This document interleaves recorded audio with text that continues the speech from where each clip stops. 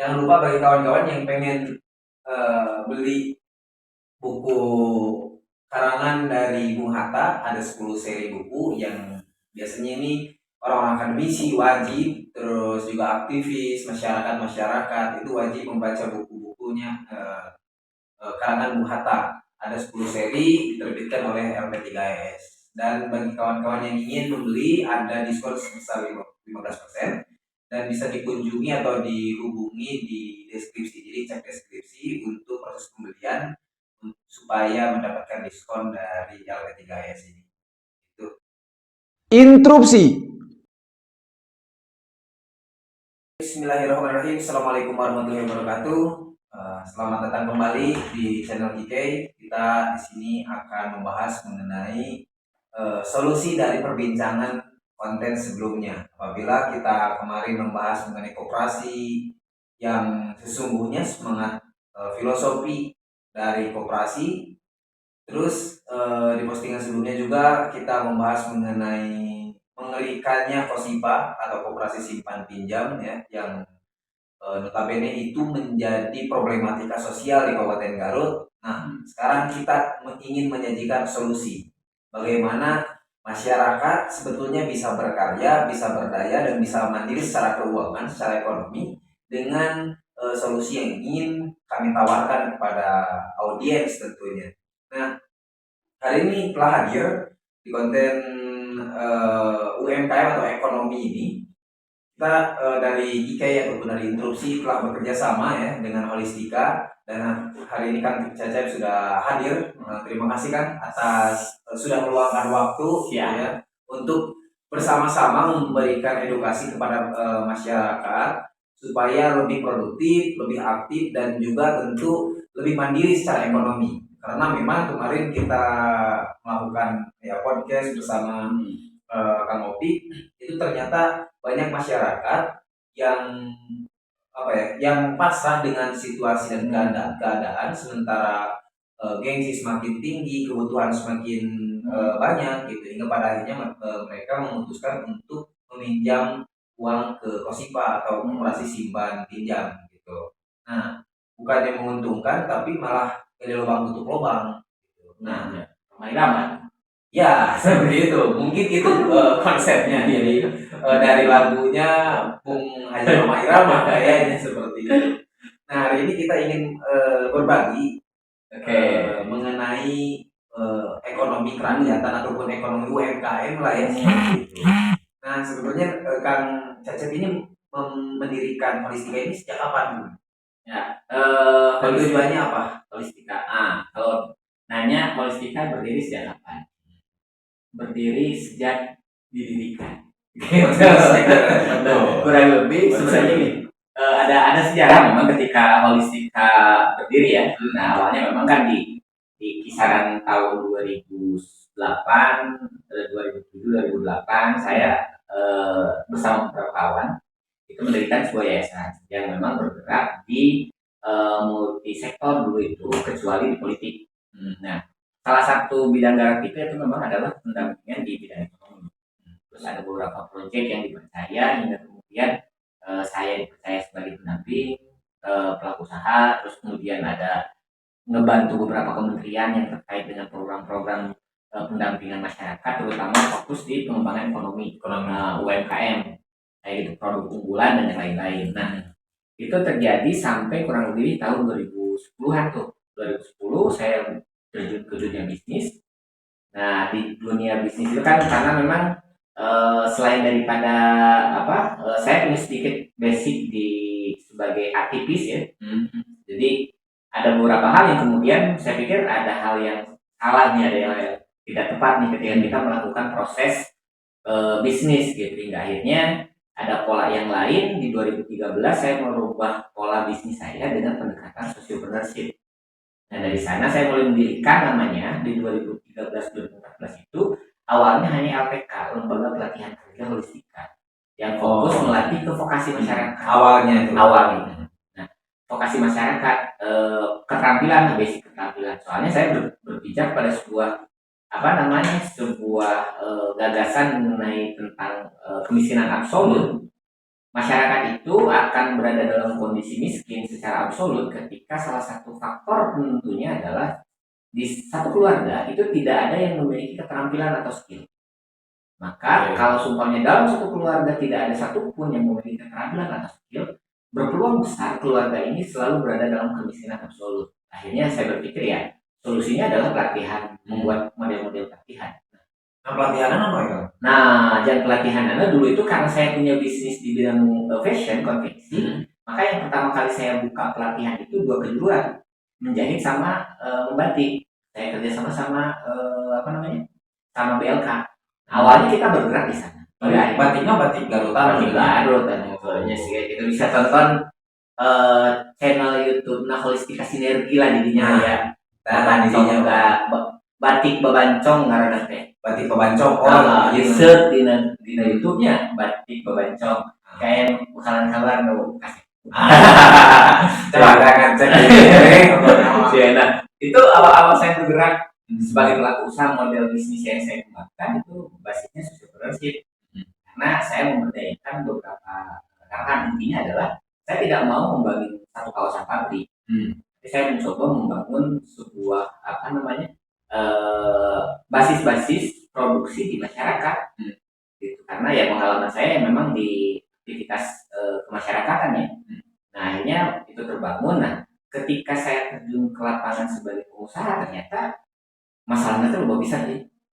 Gitu. Jadi lain hiji dua lah masalahnya, dan ketika ngobrol itu bukan masalah saya saja, masalah pelaku usaha pun akhirnya sangat banyak. Hingga akhirnya di tahun 2015 saya mulai Holistika itu mulai sedikit bertransformasi menjadi BDS, Business Development Service. Jadi BDS mulai bertransformasi jadi BDS. 2015 terus kita lakukan pembinaan, gerak dan segala macam dengan pola yang sama. Nah, 2019 itu 2018 sebenarnya kita kerjasama dengan berbagai macam stakeholder gitu ya. Nah terus akhirnya ada beberapa pelatihan besar yang bisa kita laksanakan hingga sampai 2019 itu kurang lebih ada sekitar 1.000 alumni lah yang kita dampingi saat itu di Kabupaten Garut dan beberapa daerah. Nah hingga ada permasalahan lain ketika saya melatih para rekan-rekan gitu ya. Karena saya juga LPK Holistika udah mulai berkembang nih, masuk juga membuka akhirnya pelatihan bukan cuma sekedar fashion tapi olahan makanan, kria dan yang lain-lain. Akhirnya unit pelatihannya ada lebih banyak. Nah terus ada masalah lain, ternyata memang urusan masalah UKM teh hiji belum bisa gitu. Jadi untuk bisa seukur dibereskan hiji. Makanya muncullah istilah holistika. Diambil dari bahasa dasar itu holistik. Artinya menyeluruh. Jadi meresan anak lain meresan hiji tapi menyeluruh beres abe. Itu posisinya. Nah itu makanya muncul istilah holistika. Kita punya tagline di holistika itu peduli, terlibat, berdaya. Nah nanti peduli, terlibat, berdaya. Nah diawali dengan proses kepedulian kita terhadap lingkungan, sahabat dan segala macam gitu kan. Ini akan memunculkan keinginan untuk kemudian berpartisipasi aktif, terlibat melakukan sebuah proses perubahan bareng-bareng. Nah ketika keterlibatan ini dibangun, maka akan muncul sebuah keberdayaan.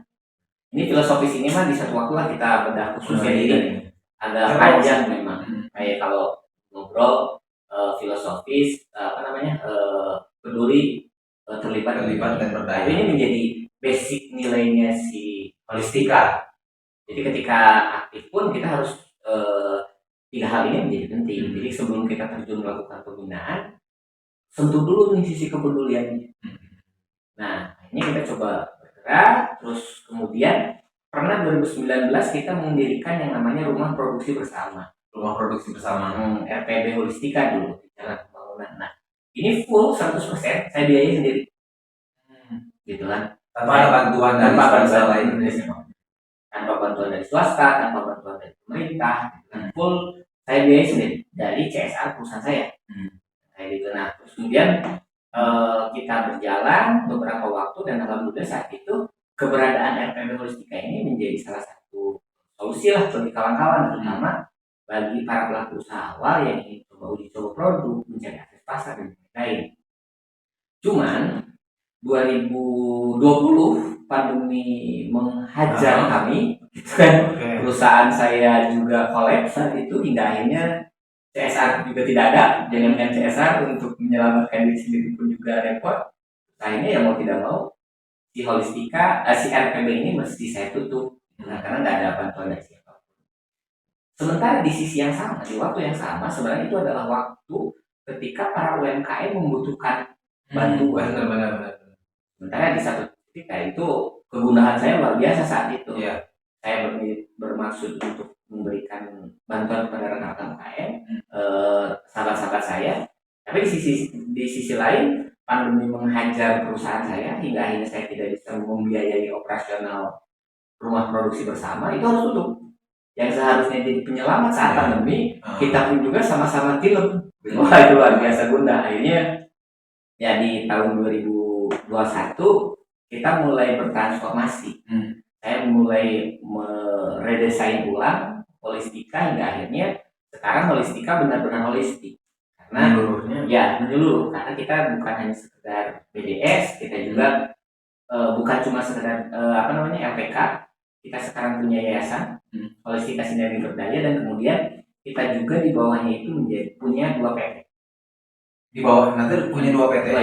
Yang pertama ada PT Holistika Global Distributor, yang itu nanti akan membantu rekan-rekan UKM untuk mengakses pasar secara global. Kemudian satu lagi ada Holistika Edupreneur Madani, yang ini lebih kepada fokus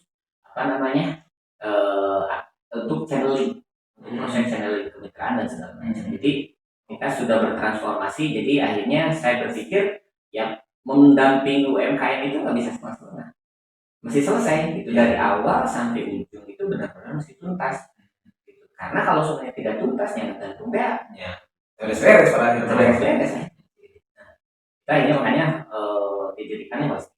Nah, sekarang kita bertransformasi, alhamdulillah sedang menggarap beberapa proyek yang saya pikir ini akan menjadi harapan kami, adalah menjadi pemodelan lah dari itu di Garut. Walaupun ya saya sebagai orang Garut itu kenapa kemudian hikmah dari pandemi gitu ya.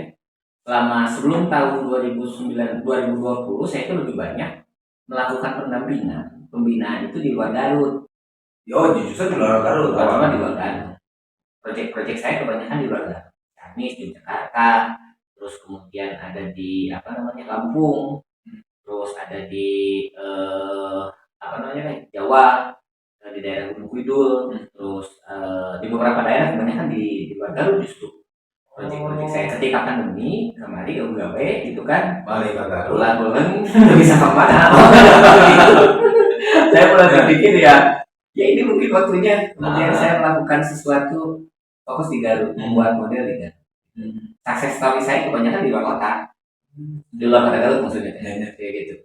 Nah, sebenarnya kudu waktu nambah di Garut masih gitu. Nah, kita coba sekarang, alhamdulillah ada beberapa proyek yang sedang kita garap untuk membuat model pendampingan, sebenarnya lebih kepada fokus pengembangan ekonomi masyarakat, atau tadi menurutnya istilah nama ekonomi kerakyatan. Senajan secara definisi ngobrol ekonomi kerakyatan sekagok gitu ya.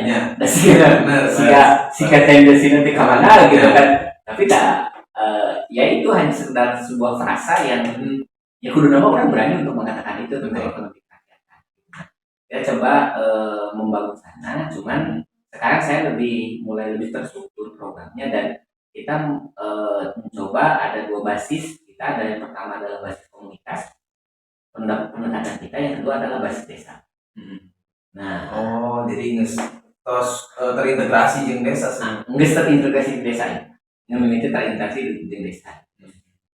Nah, kurang lebih berenang itu yang hal yang ya sedikit tentang Holistika gitu. Jadi harapan saya memang si Holistika ini menjadi mitra strategis lah bagi stakeholder pembangunan di Garut, itunya sahawae intinya.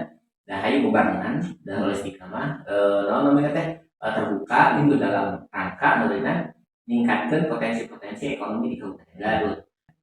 Ada satu model lain ketika akhirnya keekonomian ini tetap bisa dibangun. Hmm. Garut itu tetap bisa memiliki industri, gitu kan? Tapi pendekatannya bukan industri yang kemudian mendorong skala investasi besar, itu kan anu pemodal besar tidak. Tapi ada satu industri orang sudah mengenal dengan industri kecil, menengah, gitu kan. Terus kemudian ada istilah lain mengenai klaster industri dan yang lain-lain. Dan artinya ini bisa dibuktikan bahwa pelaku UKM itu sebenarnya mampu gitu diindustrialisasi. Tapi pendekatan industrinya adalah industri kerakyatan. Itu di mana basis-basis produksi itu didistribusikan di masyarakat, dibentuk dalam skala-skala kecil.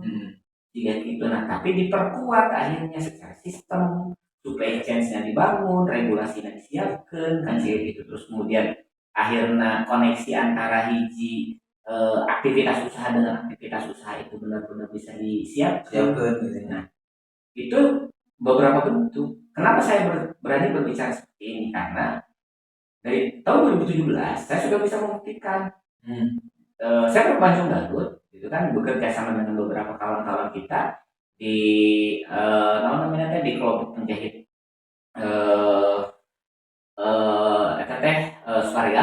Sukaregang di daerah Sukaregang, terus kemudian di beberapa tempat sebenarnya di Kabupaten Garut, Jaket yang posisinya kita sudah bisa membuktikan dengan model klaster industri rumah tangga Garut bisa ekspor. Gitu. Saya bisa ekspor. Saya dari Bancong Garut bisa mencatatkan ekspor. Aljazair, ngirim jaket musim dingin. Gitu. Padahal saat itu CCP Anda terbuka pabrik dan tidak ada pabrik besar untuk industri jaket. Hanya ada kawan-kawan kita masyarakat Garut gitu ya, sahabat-sahabat kita di Garut memang dia sudah terbiasa berproduksi di tempat masing-masing gitu ya. Tersebar sangat banyak di Kabupaten Garut. Cuman kan ini kumaha dioptimalkeun gitu. Kumaha di mana. Tapi kan permasalahan memang ayeuna terjadi, carana supaya memang kita sebagai nyawa holistika mengajak UMKM terus untuk bergabung bersama holistika, bekerja sama dengan produk-produk gitu ya. Saya percaya bahwa UMKM di Kabupaten Garut kreatif gitu ya. Kualitasnya wani ngadu lah gitu. Nah, sekelas holistika punya rentetan rencana dan lain-lain gitu ya. Sementara pemerintah tidak bisa mempengaruhi UMKM gitu dengan dinas koperasinya. Urusan dana sih sebenarnya bukan urusan masalah apakah kemudian mereka melakukan perannya atau tidak ini. Urusan masalah fungsi pendampingan tadi. Ya urusan dana adalah berbicara masalah ekonomi. Kalau mana ngobrol SKPD mah lain yang seukur saya SKPD tapi ya ngobrol ekonomi secara keseluruhan.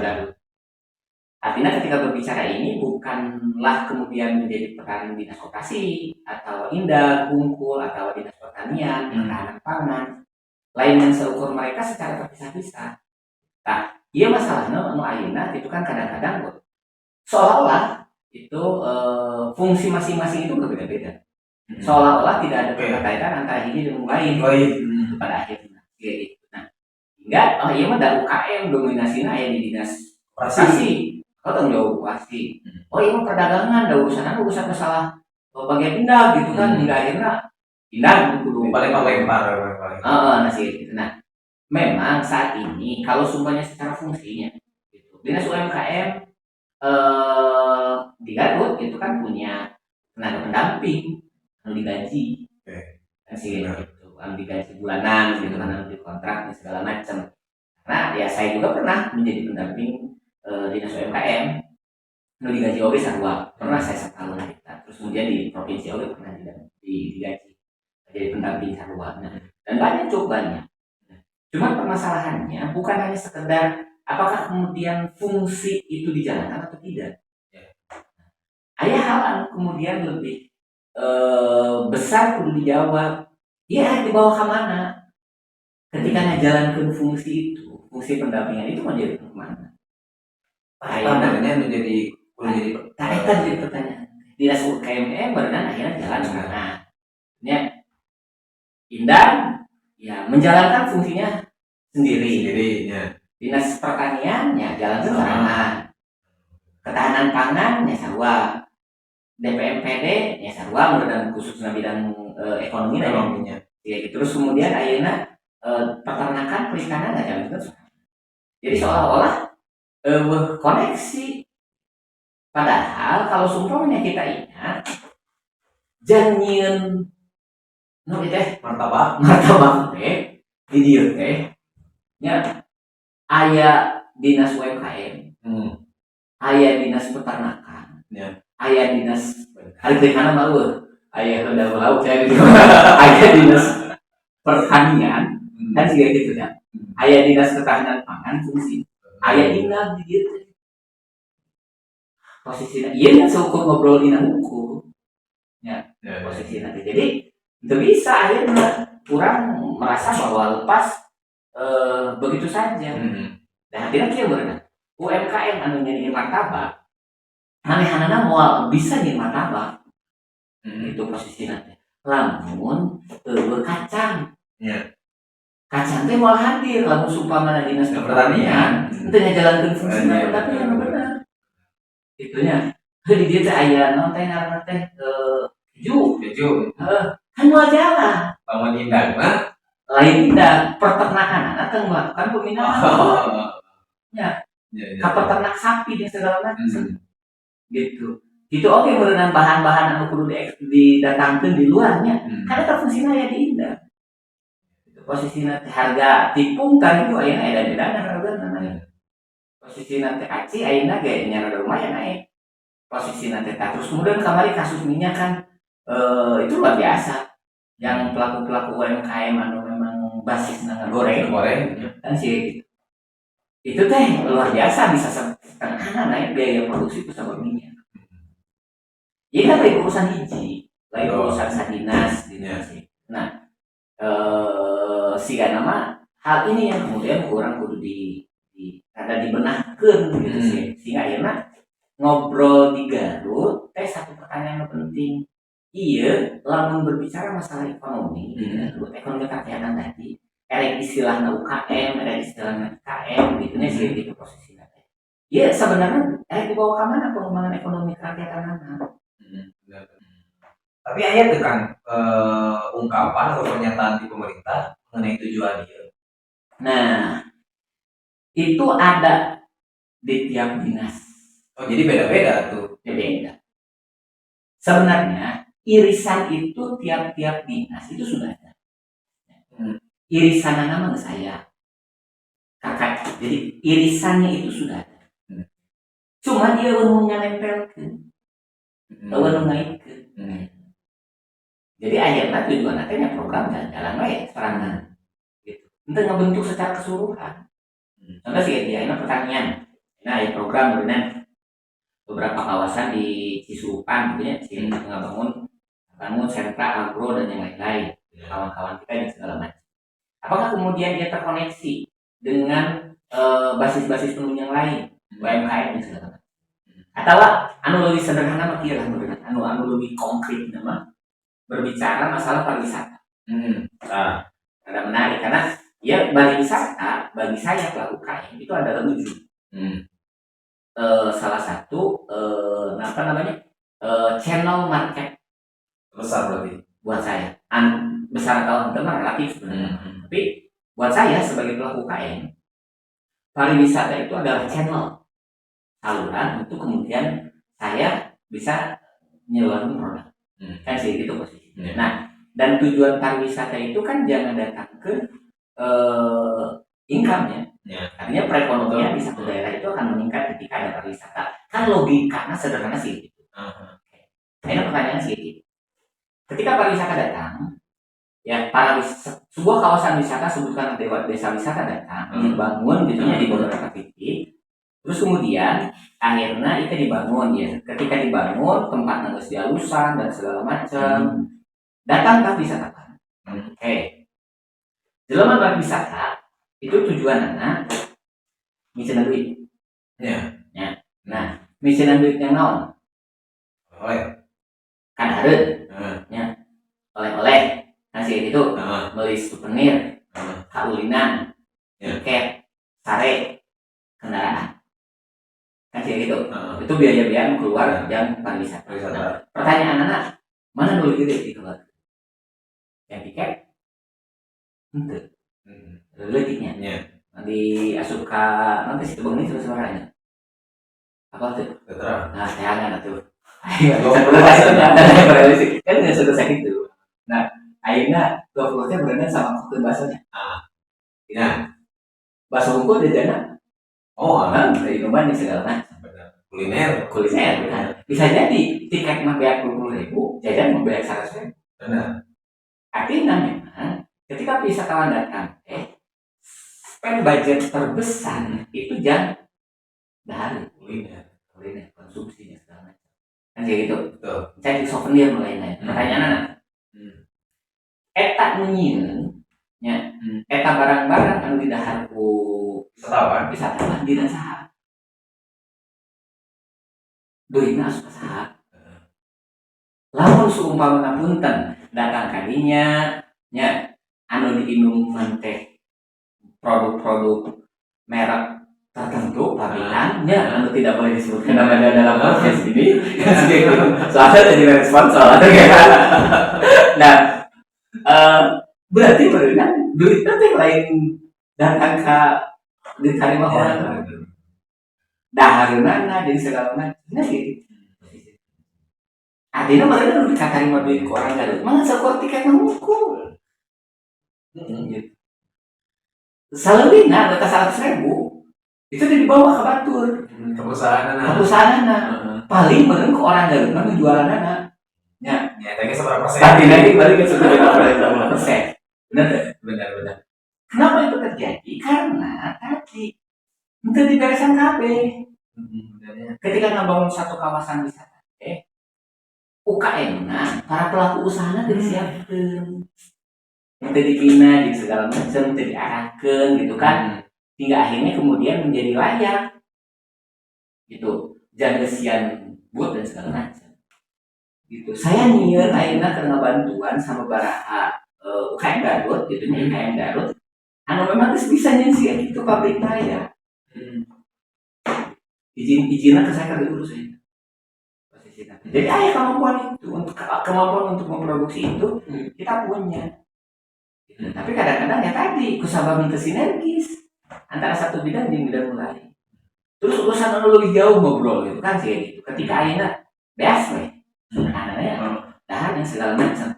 Setelah loba kemudian dicokot di petani-petani di Garut. Biasa kan datang ke orang di dahan orang loba di Jawa. Jeung penyakit orang tukang beas. Gitu. Ayah memang orang-orang Garut atau memang mau teh ya usahana dengan dia. Tapi itu mau dijual di mana lobana? Ya. Terus kemudian ayah mulai nambahin kebutuhan-kebutuhan anu sifatna teh basic terus anu salah lauk gitu lauk gitu di mana eta tanya kan ke dinas perikanan sentra-sentra di Garut di mana anu bisa ngasilkeun nanti nyiapkeun kebutuhan lauk nah terus saya ada pertanyaan sederhana aja Garut diskusi kita dengan beberapa kawan-kawan dengan beberapa kawan-kawan saya diskusi terus kemudian ada kemudian di Garut yang menjadi klaster industri Garutnya sih dengan definisi dengan pendekatan benar-benar klaster artinya di ujung di hulu sampai ke hilir itu dibangun di Salintara supply chain bahan baku naik Garut yang bahan baku utama naik Garut bahan baku penunjang naik di Garut terus kemudian proses produksinya dilakukan di Garut itu kan produk akhir kemudian diolah dan segala macam di Garut dilakukan marketing di Garut sampai ke pemasaran karena memang akhirnya penjualan anak kudu keluar ada tidak satu kawasan di Garut memang memastikan bahwa supply chain tadi seluruh sumber kebutuhan itu tadi di optimal tuh dengan klaster apapun gitu ya klaster fashion, klaster makanan dan segala macam. Ada posisinya. naon namanya teh yang terjadi memang orang teh bingung kadang-kadang kenapa ya saya dulu lah ketika bisnis batiknya di kumaha oge nu ngaranna Garut ketika saya dulu mencoba bisnis batik gitu kan saya bersaing urusan masalah harga di Jawa di Pekalongan dan segala ini pengalaman saya kan. Nah, ketika saya datang ke sana ke Jawa itu naon sabun manusia murah sabab memang distributor pewarnaan distributor utama kain gitu kan beberapa pabrikan gitu ya otomatis harganya lebih Iya, murah lebih murah. sementara orang jauh kan cenderung lebih mahal itu kan aktivitasnya menjadi satu sentra gitu sentra anu memang di sana masyarakat sudah sangat terbiasa melakukan proses produksi segala macam karena terbiasa mulai dari semenjak kecil mereka terlatih di batik segala macam nges gede waktu kerja sangat terampil. Ya. Nah, ku orang Garut mah salembar kain nulis batik Garut kudu butuh waktu sebulan itu mah beres seminggu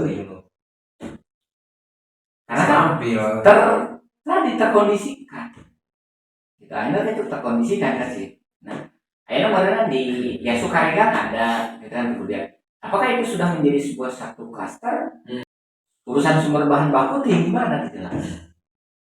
Kenapa itu? Karena memang tadi ada ketidakberdayaan kebijakan, ada ketidakberdayaan regulasi, dan kemudian mengatur itu sistem yang membangun satu kultur namanya teh sosial ekonomi di masyarakat. Nah, sababna ya hal yang paling sederhana ya di bawah kembali tadi. Ngerti itu bukan pada ngerti itu dibawa ke mana gitu UKM Garut para pelaku industri Garut itu kecil Garut yang segala macam dibawa ke mana saya berbangga ketika kemarin udah beberapa kali rekan-rekan kita mengadakan pesta bakso aci kan sih kemudian di pesta bakso aci yang pertama mendeklarasikan sebagai Garut sebagai sentra kota bakso aci itu buat saya sangat berbangga tapi kemudian pertanyaannya adalah adakah kemudian ikhtiar tersistematis hingga ini menjadi sebuah kasta? Ya. Sederhana aja ya, setidaknya, lamun seumpamanya tidak sampai 100%, 50% kebutuhan bahan baku dan bakso aci di Garut dihasilkan oleh Garut. Ya, paham. Setidaknya gitu ya. Tapi sebenarnya itu ya ini nu jadi pertanyaan besar nama. Ya kan ya. Punya pemikiran anu luar biasa cara di lompatanana gitu ya. Kabupaten Garut. Kabupaten aku mah gitu konsep kinerja untuk meningkatkan daya beli gitu ya atau produksi dan lain-lain teh. Yang saya pahami itu adalah pertama saya selalu saya mah penganut pikiran positif. Gitu. Saya itu adalah penganut pikiran positif. Maka saya berpikir pertama para pemerintah itu sudah punya niat baik, ada keinginan, gitu kan, untuk melakukan perubahan-perubahan anu benar signifikan. Nah, hanya saja kemudian ini terhambat oleh beberapa hal. Hiji, faktor ketidaktahuan, faktor ketidakpahaman. Kenapa? Di wilayah ekonomi. Nah, sebabnya faktor ketidaktahuan ini menjadi menjadi hal yang disebutkan banyak tapi mulai dari ya, itu terjadi secara regulasi artinya gitu itu satu. Terus yang kedua mereka lebih jauhnya lagi proses pendampingan pelaku usaha itu tidak bisa dilakukan secara teoritis. Artinya butuh orang-orang yang memang punya experience di bidang bisnis sehingga dia paham betul kumaha kondisi di lapangan sehingga pendekatan ketika akan menyelesaikan permasalahan pun dia tidak mengangkat soalnya experience urusan pengalaman dan lebih hanya melihat dari permukaan hukum sih gana UKM teh iya penyelesaian anaknya cukuplah dengan bantuan pembelian alat gitu.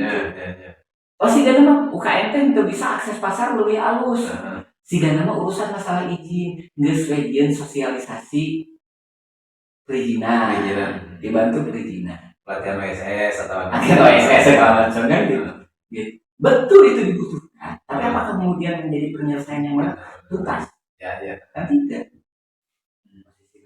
Karena ada penyelesaian holistika itu dibereskan KB. ya sampai Z. Ya sampai ke urusan masalah administrasinya dibenerkan.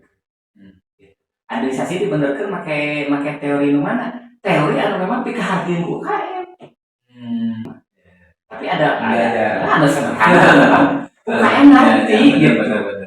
Dan yang penting kan pencatatan selalu kita menggunakan tadi izinnya diurus, produknya dibenerkan, akses pasarnya dibantu.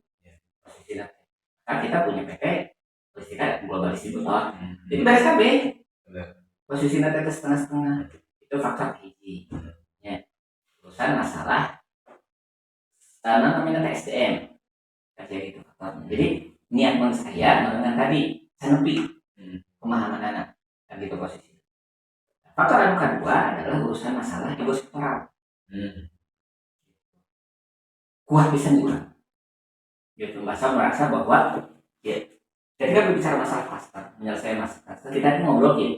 Lalu kita sepakat bahwa satu Garut ini adalah di bidang pertanian. Maka harus tuntas diurus sampai akhir urusan masalah pertanian.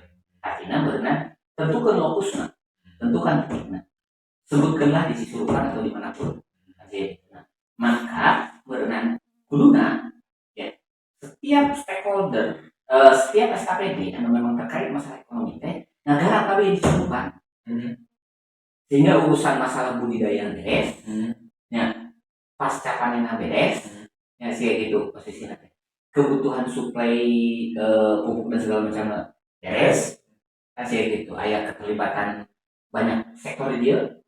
Urusan perizinan yang diberesan, urusan UKM anu pasca panen pengolahan beresan, urusan perdagangan beresan. Urusan masalah wilayah ekosistem industri dibenerkan. Jadi itu bisa digawean ku SKP betul. Anu kan itu urusan masalah kebijakan. Artinya urusan masalah namanya teh istilahnya teh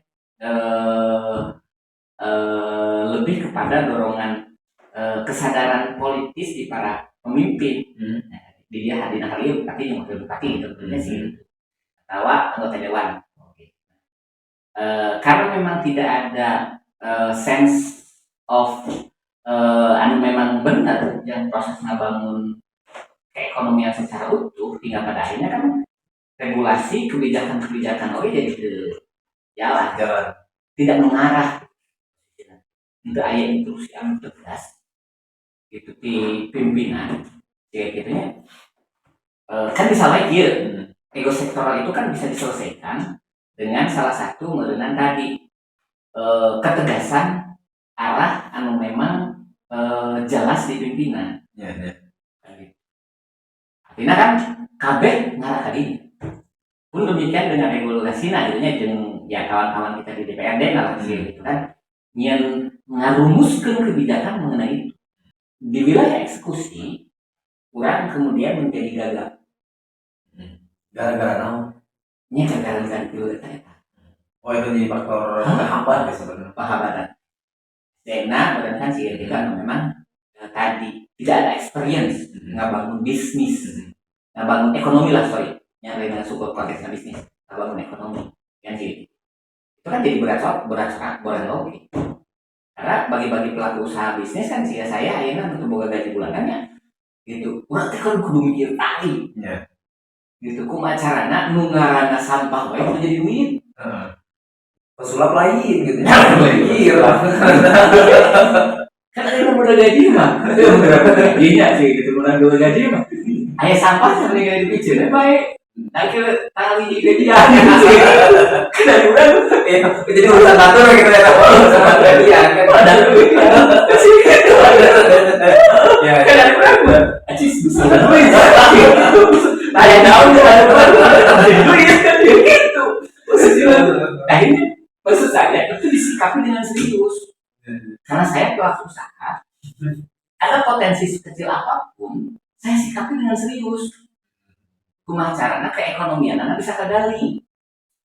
Nah, gitu. Jadi sebenarnya maka lamun ningali karena humanisme ekonominya di Jepang selalu humanis. Ya misalkan ya, aya orang pabrik anu beres gawe terus beli aku nan air dalam kemasan botol gitu ya, terus ditutupna disimpan terus diasupkeun karena wadahan khusus gitu. Sabab barangna apaleun orang Jepang apaleun bahwa ieu teh piduiteun bagi anu lain gitu.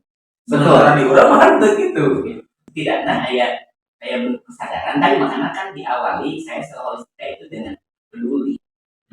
Konteks peduli itu kan kemudian dia ada sebuah kesadaran bahwa orang-orang di sekitar kita gitu kan ada permasalahan yang harus diselesaikan, kita harus ikut terlibat di dalamnya itu kan pada akhirnya. Dan akhirnya kita mau benar-benar terlibat di dalam. Kan diawali dulu dengan itu. Lalu sumpamana perasaan peduli itu tidak ada. Tidak ada. Malah tercipta mereka. Nah, tidak tadi mereka urusan masalah regulasi itu tadi. Adakah kemudian di ranah pimpinannya? Adakah kemudian kepedulian itu?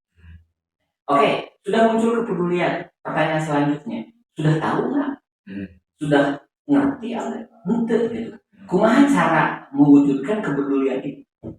Karena seringkali itu kan namun supaya caranya salah. Mewujudkan kepedulian kan hasilnya dicangkan benar. Kan posisinya gitu. Nah, ada kepemahaman itu dengan tahapan-tahapan yang memang benar, tahapan-tahapan yang memang terstruktur, tahapan-tahapan yang memang terukur posisinya gitu. Nah, sementara akhirnya tadi balik ini ngobrol masalah rencananya halus, tapi iraha eta kalaksanakeun teu karasa. Eta apa kan urang? Teu karasa. Naon sababna teu karasa? Tadi soalnya ngagarapna teh hiji-hiji. Naon sababna saya memahami ieu dan usaha saya gitu. Saya enak punya modal contohnya teh 100 juta. Ya. Supaya kumaha carana ieu modal jadi usaha, moal mungkin saya hanya dicari di 10 usaha. Ya. Benar teh? Benar. Jadi 10 juta ewang. 10 juta ewang kan untuk dia. Ya, posisi tadi. Gitu. Tapi bereskeun hiji.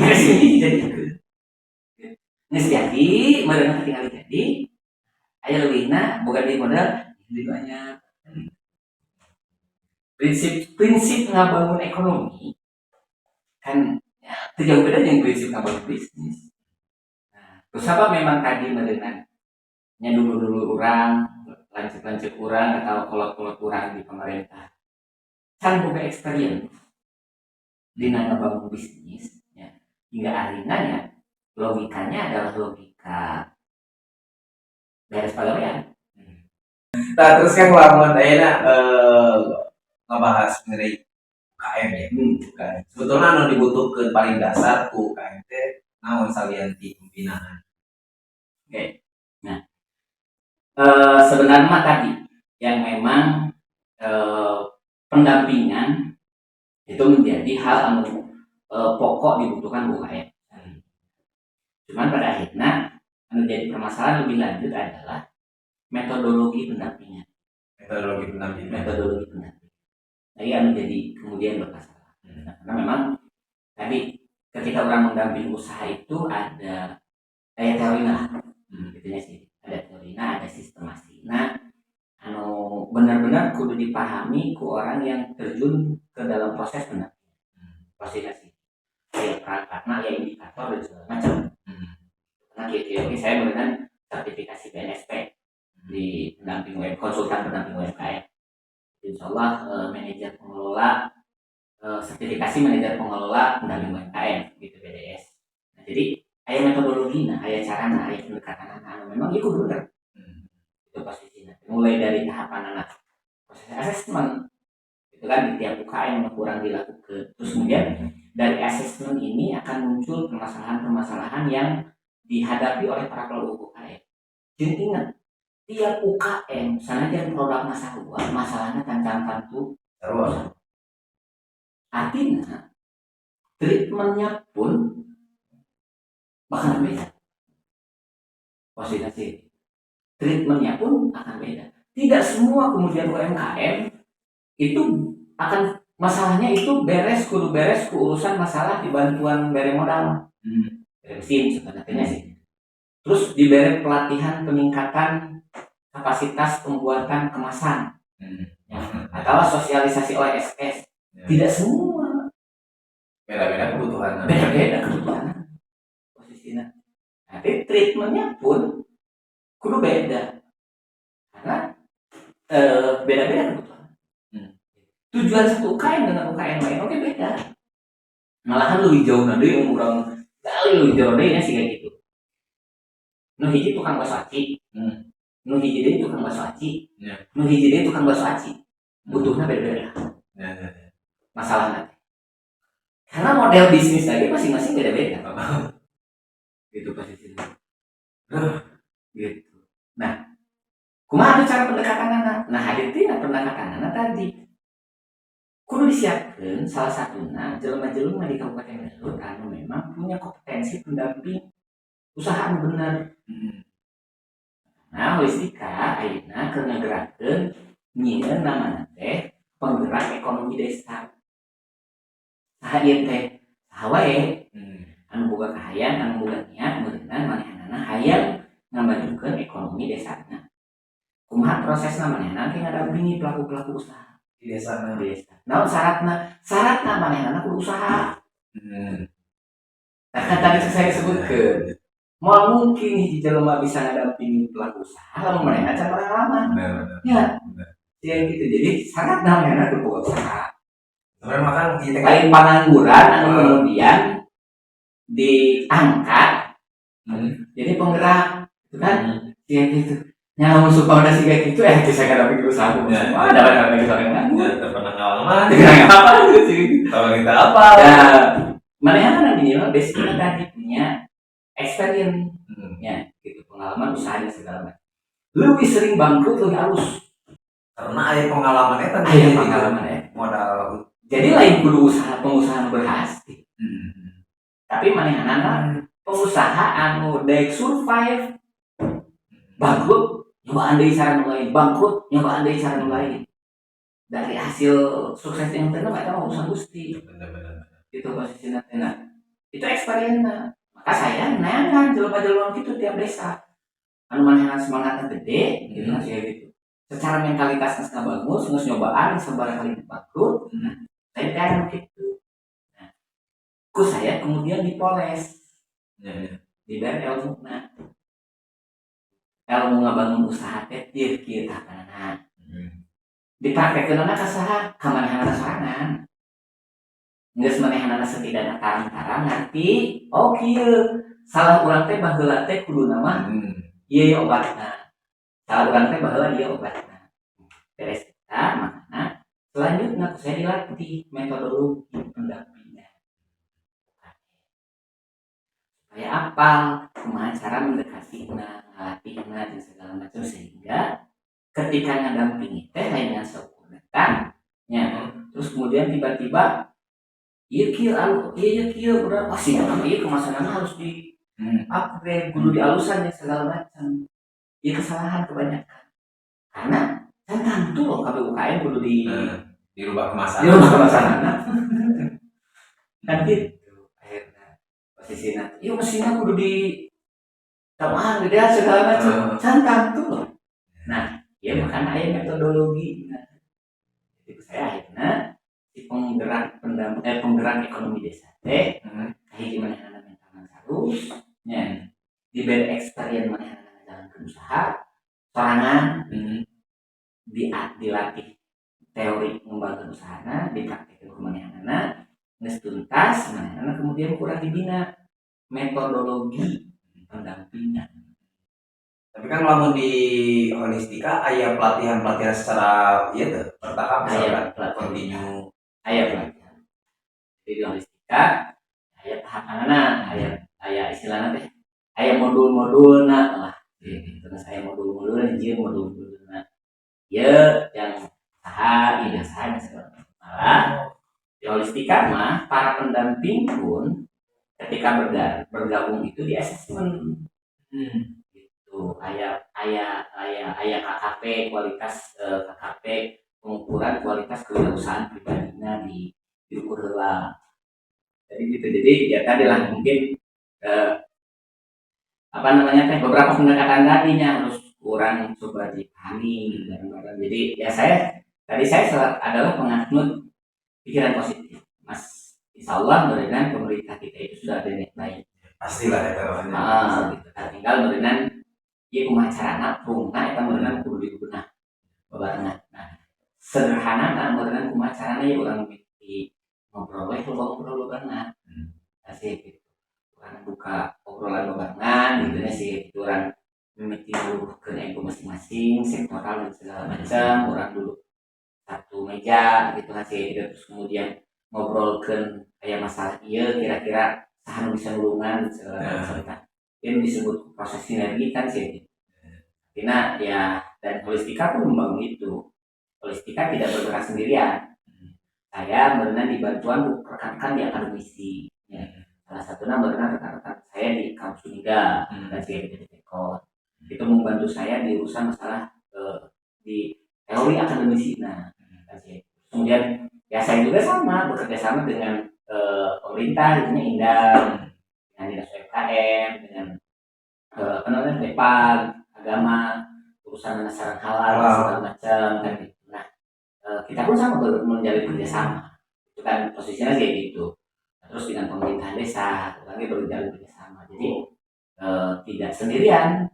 Nah, terus lebih jauhnya barengan ya saya juga bekerja sama dengan para donor, gitunya perbankan, terus kemudian perusahaan-perusahaan yang memang punya dana CSR. Nah, artinya orang tidak bisa melakukan kerja ini sendirian karena ya harus kolaborasi dan holistika ini makanya kita ya ketika holistika didirikan adalah harapan sebagai strategi apa namanya teh sebagai mitra strategis bangun kolaborasi gitu.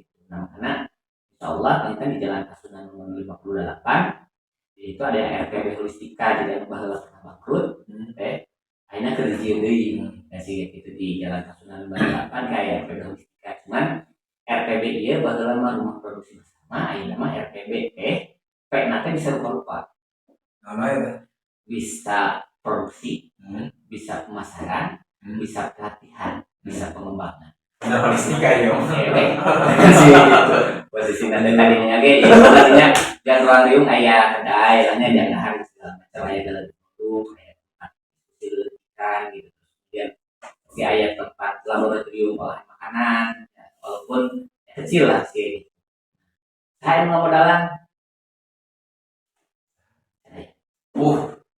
benar ya kok insya Allah masih tidak bisa tenaga serangan lamun ya misalkan aja tuh di holistika bulan ayeuna kudu nambahan UMKM 5 atau ketika kita eta mah nu welcome sok we nu asup mah ya gabung mah dulu saya memang acak ya, melakukan pembinaan ke saya tapi sekarang sudah mulai terstruktur saya enak di cluster sudah di cluster unit-unit produk-produk istilahnya industri-industri tertentu memang pada gelombang sekarang masuk kita lakukan pembinaan dan segala macam terus kemudian lebih terstruktur lah terus kita sekarang mulai melakukan grading kondisi UMKM itu posisinya nah ya level UMKM nah ya gimana ya posisinya kapalnya memang masih kayak di tahap inkubasi kita tuh memang dia dalam tahap tumbuhan atau dalam tahap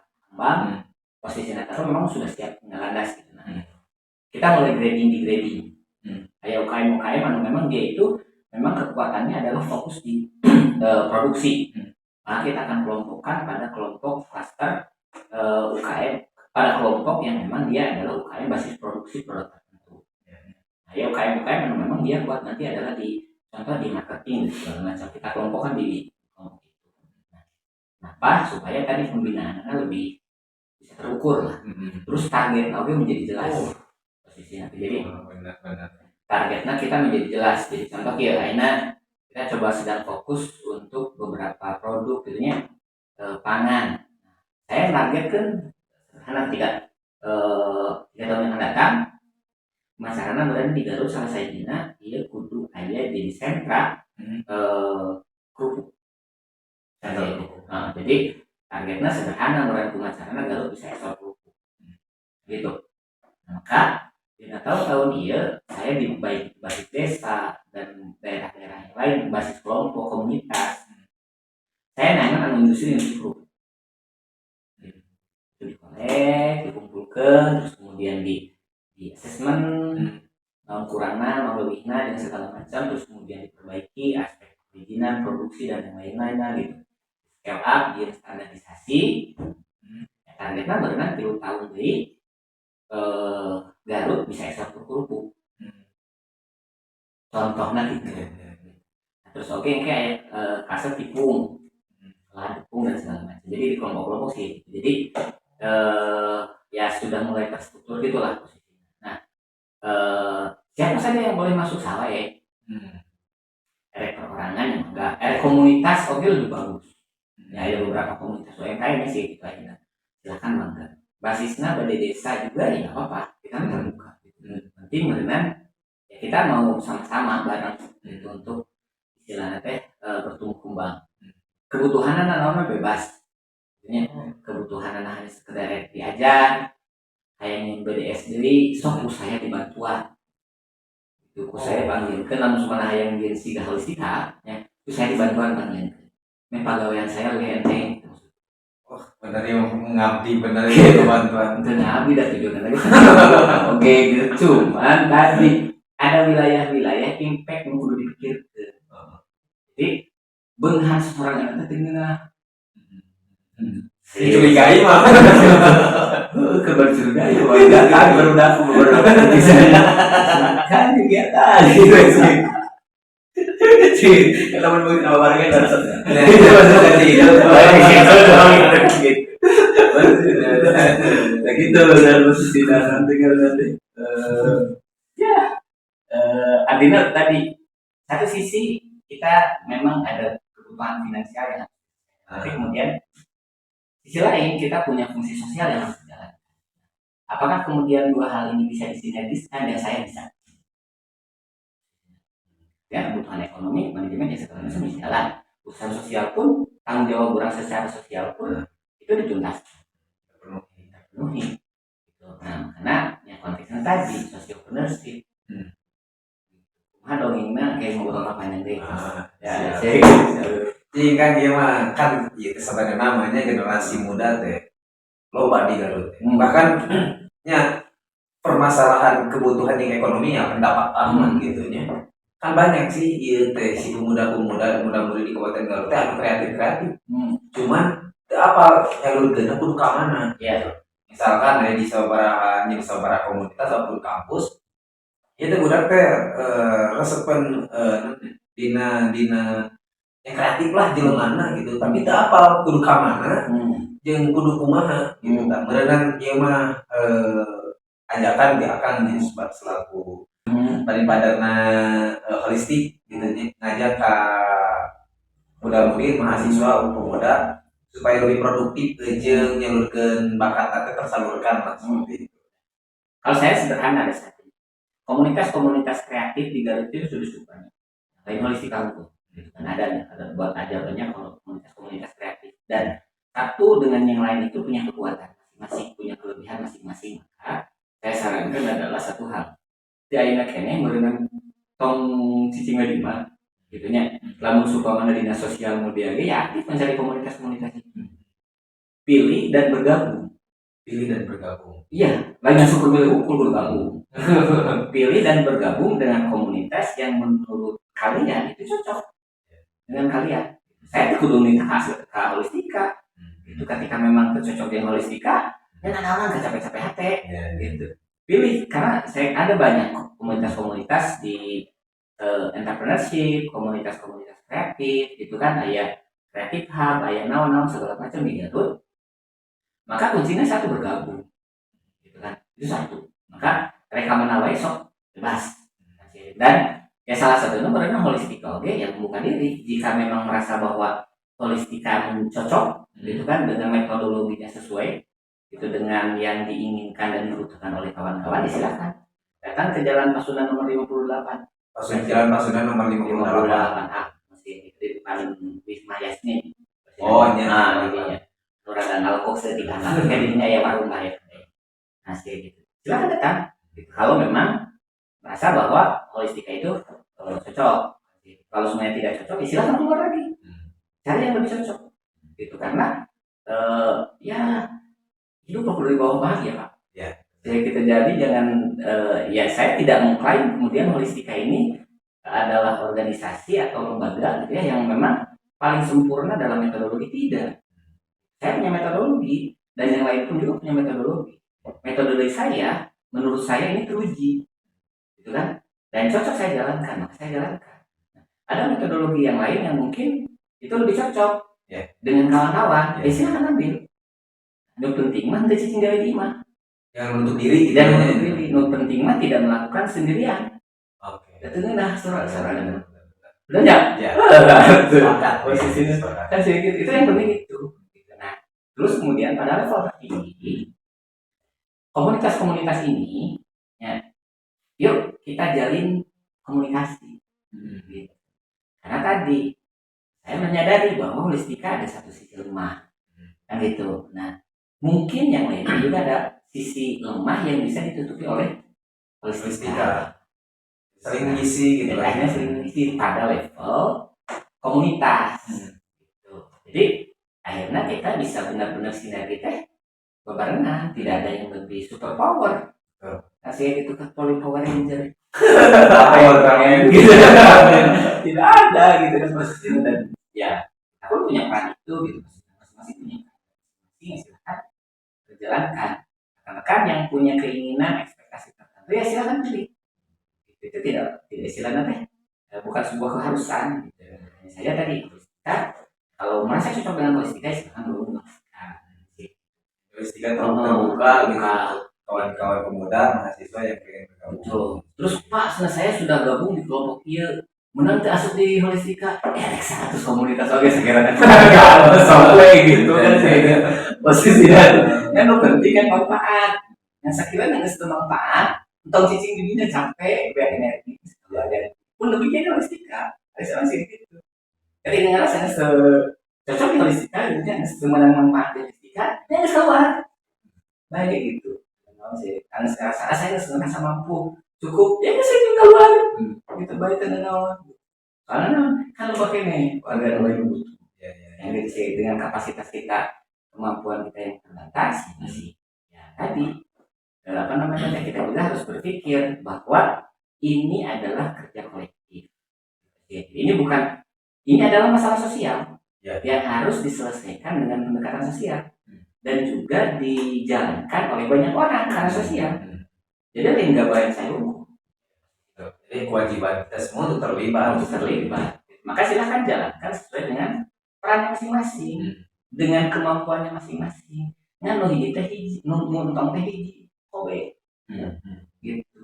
Tenganti, temampu, sok ngamati, sok mampu. Karena mengilakan eta bahaya. Sekiranya memang tidak paham, karena kan ya Allah yang secara ilmu teh saeutik ewannya. Kan sih artinya ketika merasa tidak mampu terhadap sesuatu, ya silakan cari orang yang mampu. Tanya kepada orang yang paham untuk itu. Dan prinsip holistika sih ya gitu. Holistika itu tidak mampu urusan masalah digitalisasi. Abang saya orang yang memang tidak terlalu melek teknologi, ini adalah resepnya di lapangan. Jadi update status di segala macam hal yang memang buat saya adalah kengerian tersendiri. Ya kita yang mesti artinya secara digital saya lemah. Maka saya sadar itu saya terima. Artinya ya saya ngajak batur, kan DK. Kasih gitu. Saya tuh bisa boga saya channel YouTube. Nanti kau dirahat saya status kan gitu. Saya sadar itu. Ya, kolaborasi saya bisa gitu. Saya dari bantuan dan saya nggak sama dia. Kan gitu.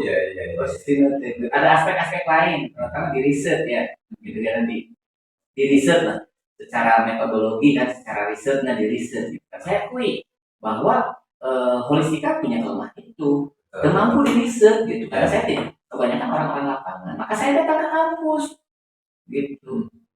Iya saya ngerti bantuan, gitu kan, dari riset. Nah, saya menyadari kelemahan saya, gitu kan. Terus kemudian ya saya minta tolong ke Batur. Saya itu kekopean nanti kan nanti.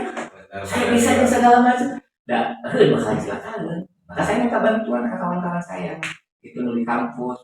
Ya saya ngerti ya, kan sih itu urusan masalah namanya teh pendekatan riset yang membuktikan apakah ini benar sebuah metodologi kasar atau tidak. Ya. Nah saya gitu. Saya ngobrol, saya ngerti.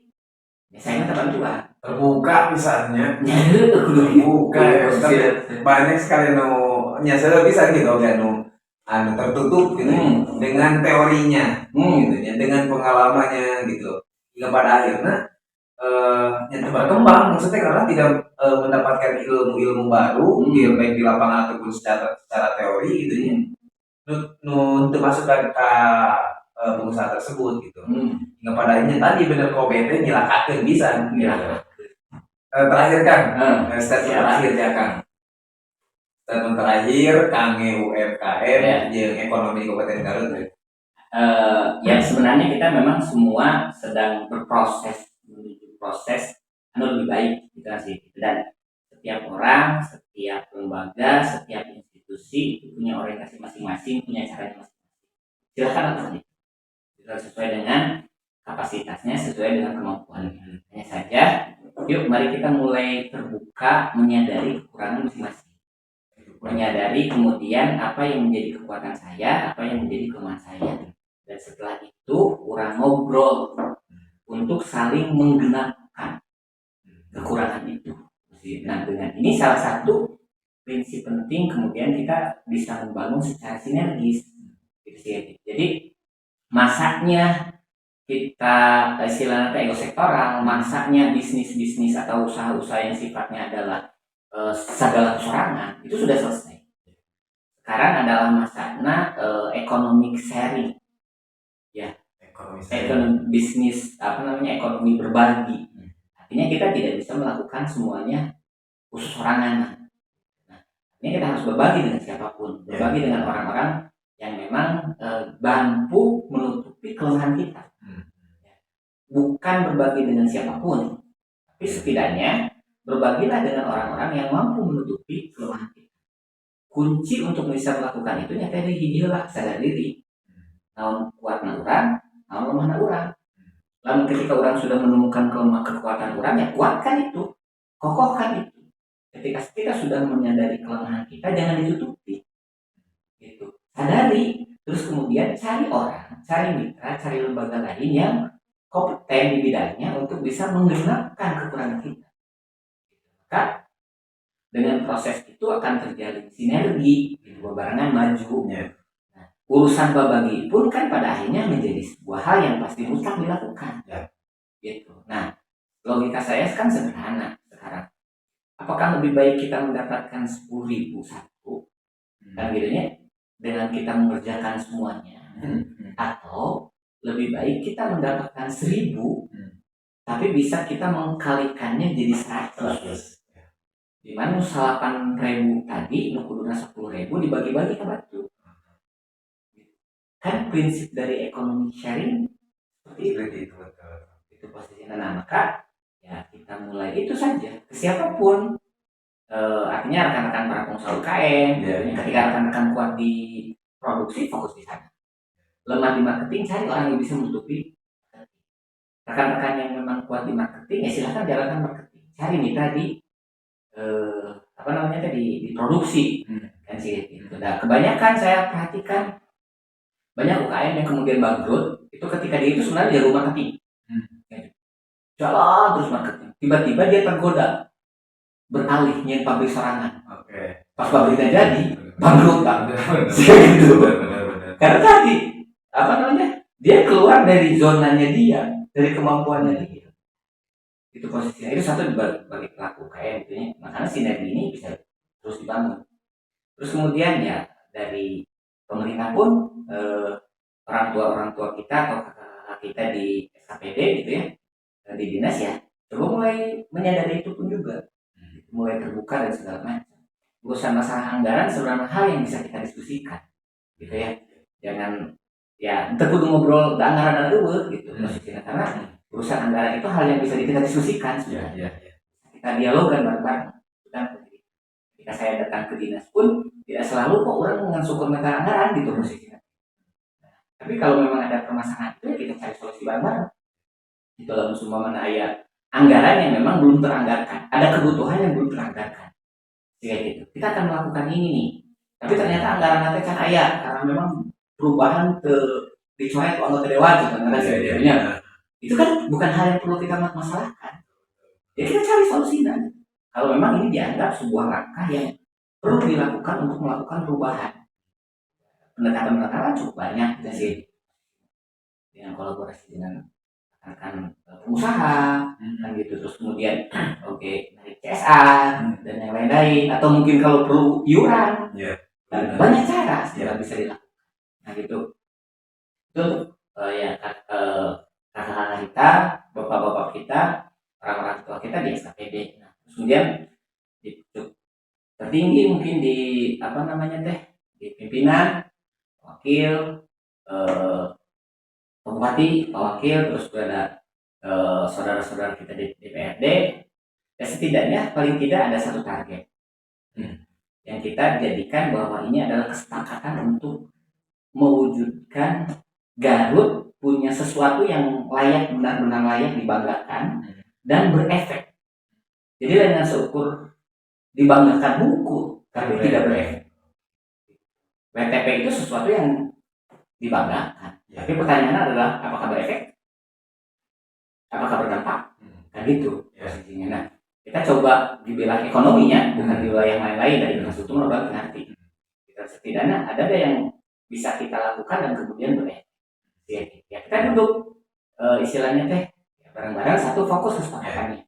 Urusan angket kemudian semua mengklaim, buat saya tidak masalah. Selama memang masyarakat merasakan dampak positifnya. Nah, itu yang benar. Ya, jadi sangat luar biasa, sempurna ataupun apa ya, benar-benar genap lah gitu dari holistik ini, karena cara kinerjanya itu inklusif, sangat terbuka dengan berbagai ide, gagasan, dan juga perubahan-perubahan yang memang terjadi khususnya di wilayah UMKM dan ekonomi.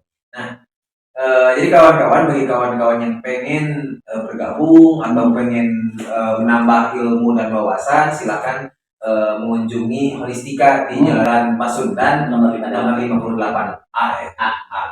Jadi di situ kawan-kawan bisa berdiskusi, bisa bisa silaturahmi lah ya, sharing-sharing mengenai UKM dan perekonomian kayak ini, dari mulai manajemen hingga perizinan itu udah hatam seperti itu.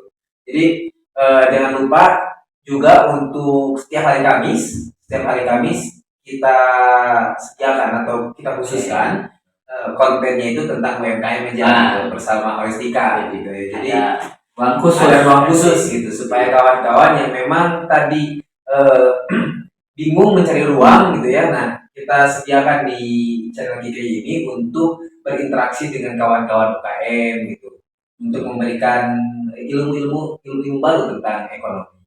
Terima kasih Kang atas kehadirannya, mudah-mudahan lancar, sehat semuanya, dan juga memberikan konten ini memberikan banyak manfaat bagi orang banyak. Terima kasih, itu saja. Terima kasih atas perhatian dari kawan-kawan. Tonton, share, dan subscribe channel kita ini.